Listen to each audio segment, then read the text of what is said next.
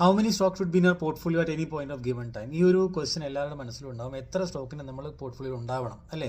അല്ലെങ്കിൽ എത്ര സ്റ്റോക്കിനെ നമുക്ക് ഹോൾഡ് ചെയ്യാം? ഇതിനുള്ള ഉത്തരം വളരെ സിമ്പിളായിട്ട് നോക്കിക്കഴിഞ്ഞാൽ, നമ്മൾ ലാർജ് ക്യാപ്പിലാണ് നമ്മൾ ഇൻവെസ്റ്റ് ചെയ്യുന്നതെങ്കിൽ തീർച്ചയായിട്ടും നമ്മൾ 5 to 10% കൂടുതൽ നമ്മൾ ഒരു കമ്പനിയിൽ ഇൻവെസ്റ്റ് ചെയ്യാൻ പാടില്ല. അങ്ങനെയാണെങ്കിൽ നമുക്കൊരു 15 കമ്പനിയോട് നമുക്ക് ഹോൾഡ് ചെയ്യാം, നമുക്ക് നമ്മുടെ പോർട്ട്ഫോളിയോയിൽ ഉണ്ടാവാം. അതല്ല, ഇനിയിപ്പോൾ മിഡ് ക്യാപ്പിലാണ് നമ്മൾ ഇൻവെസ്റ്റ് ചെയ്യാൻ ഉദ്ദേശിക്കുന്നത് എങ്കിൽ തീർച്ചയായിട്ടും നമ്മൾ 5% കൂടുതൽ നമ്മൾ ഇൻവെസ്റ്റ് ചെയ്യാൻ പാടില്ല ഒരു കമ്പനിയിൽ. അങ്ങനെയാണെങ്കിൽ നമുക്കൊരു 20 സ്റ്റോക്ക് വരെ നമുക്ക് നമ്മുടെ പോർട്ട്ഫോളിയോയിൽ ഹോൾഡ് ചെയ്യാൻ വേണ്ടി പറ്റും. ഇനി അതല്ല, കുറച്ചുകൂടെ താഴെ നമ്മൾ സ്മോൾ ക്യാപ്പിൽ മാത്രമാണ് നമ്മൾ ഇൻവെസ്റ്റ് ചെയ്യാൻ ഉദ്ദേശിക്കുന്നത് എങ്കിൽ നമ്മൾ തീർച്ചയായിട്ടും 2 to 3% കൂടുതൽ നമ്മളൊരു കമ്പനിയിൽ ഇൻവെസ്റ്റ് ചെയ്യാൻ പാടില്ല. അങ്ങനെ നോക്കുമ്പോൾ മിനിമം ഒരു 35 കമ്പനിയെങ്കിലും നമ്മുടെ പോർട്ട്ഫോളിയോയിൽ ഉണ്ടാവണം. അതൊരു മാക്സിമം 50 കമ്പനി വരെ നമുക്ക് നമ്മുടെ പോർട്ട്ഫോളിയോയിൽ വെക്കാൻ വേണ്ടി പറ്റുന്നതാണ്. ഇങ്ങനെയാണ് നമ്മൾ കാറ്റഗറൈസ് ചെയ്യേണ്ടത്. എങ്ങനെ നമുക്ക് എത്ര കമ്പനിയാണ് നമ്മുടെ പോർട്ട്ഫോളിയോ ഹോൾഡ് ചെയ്യാം എന്നുള്ളതിൻ്റെ ഉത്തരമാണ് നിങ്ങൾക്ക് തന്നത്. ഇതേപോലത്തെ പുതിയ പുതിയ വിവരങ്ങൾക്ക് വേണ്ടി നിങ്ങൾക്ക് എൻ്റെ